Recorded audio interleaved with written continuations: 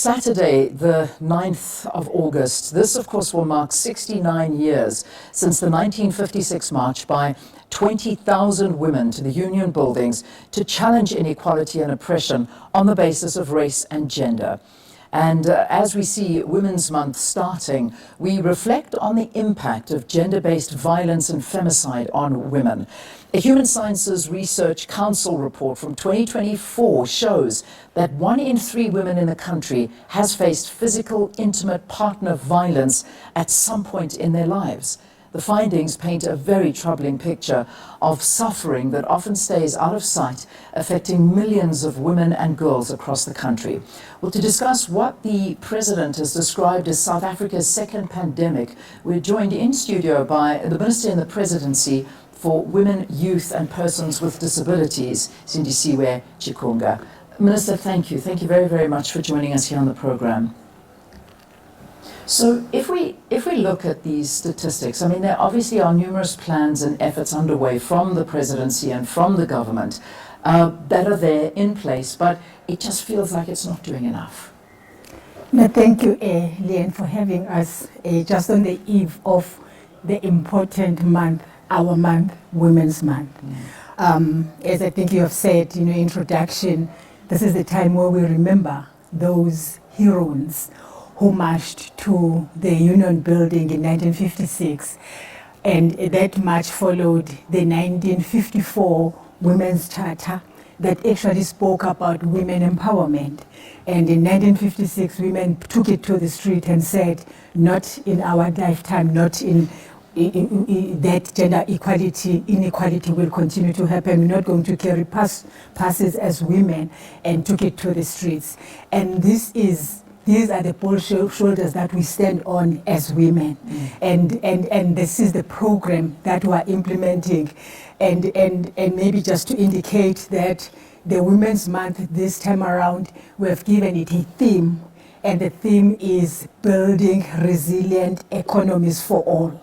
And we take that from whether Gender-Based Violence and Femicide National Strategic Plan or our G20 priorities as empowerment of women working group. But of course, if you look at even what we are doing, the question that you have asked on gender-based violence and femicide, we have also identified that as one of the priorities of our empowerment, women empowerment working group.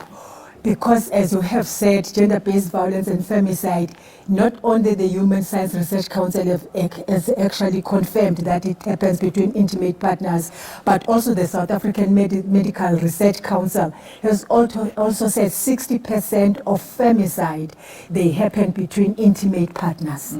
This makes it very difficult to prevent because it happens behind closed doors. It is a man and a husband.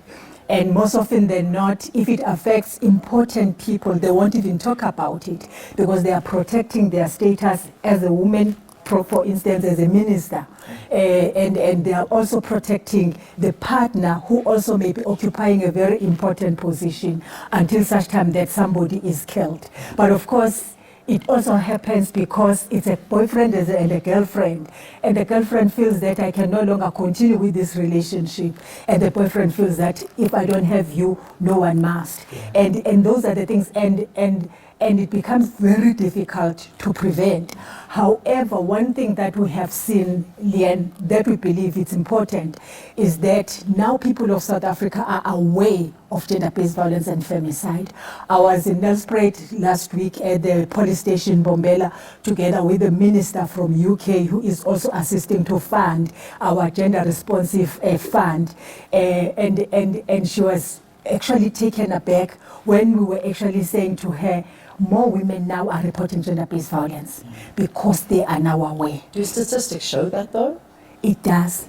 Have you seen the latest statistics? Are they showing that women are coming forward, that they are speaking about this? Because we always talk to the police stats and we always look at them and we say, this is a gross under-representation of what's actually happening on the ground.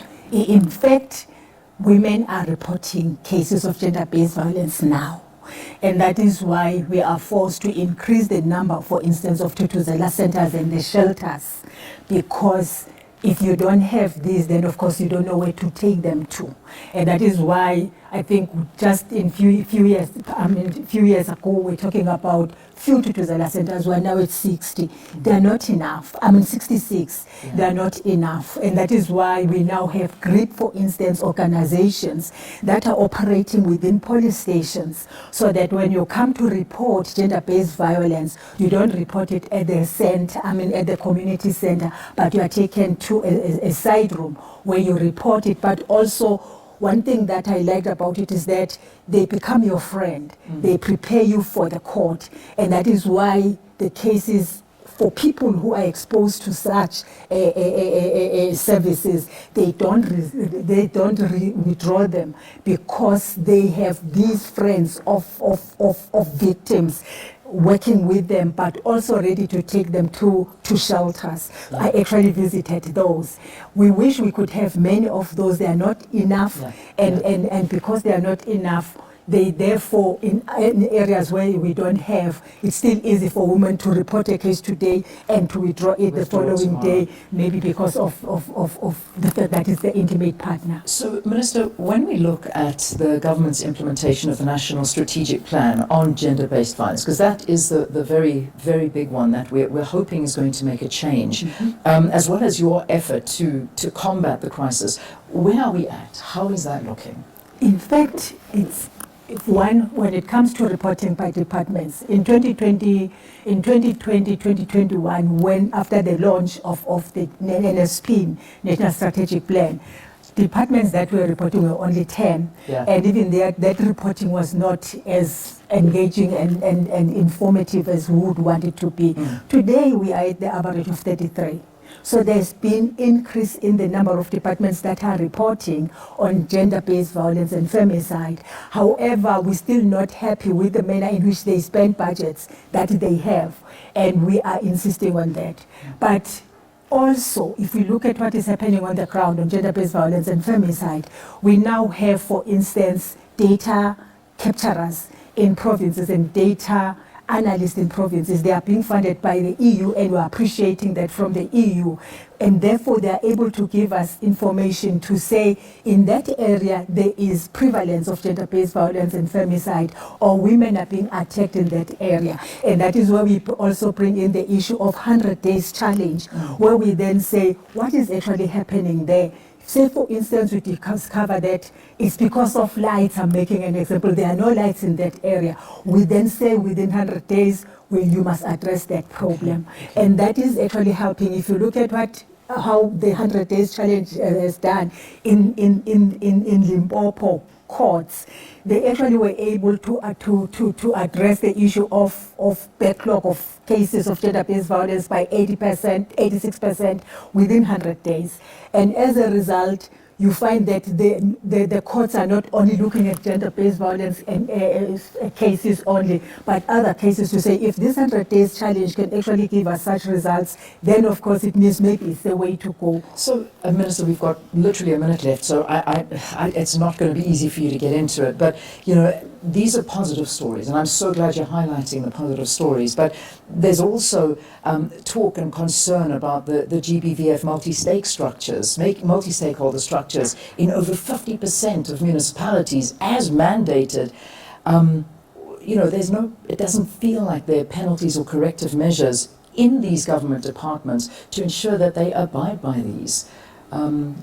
Where are we in this? And it's a tough question to ask you for maybe a quick, I know for sure that in the public service we do have the policy on sexual harassment, but it's not implemented as you would wish that it is. And as a result, as a minister entrusted with the responsibility, I even say to other ministers, women ministers, when you have new interns, please find time to meet with them and tell them that they have a right to say no, and they have a right not to sell their bodies in order to get permanent jobs. And I say this here, and I say to any intern who is listening to say, you don't have to sell your body to anyone in the public or private sector in order for you to get a permanent employment. You rather not get it if you have to sell your body.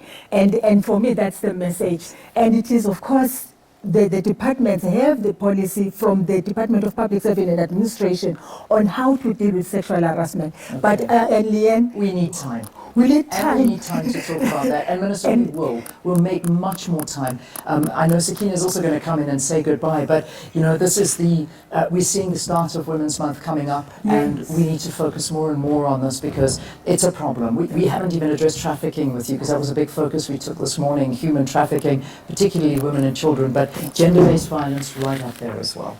Gender-sensitive budgeting and so much more. Yeah. But of course, it all requires resources as well, which is something that we haven't even touched on. Indeed, Yes. indeed. So we've got to leave it there, Minister. Thank you for your time. We Thank say you for goodbye having to you us. and have a wonderful day, everyone. Thank you.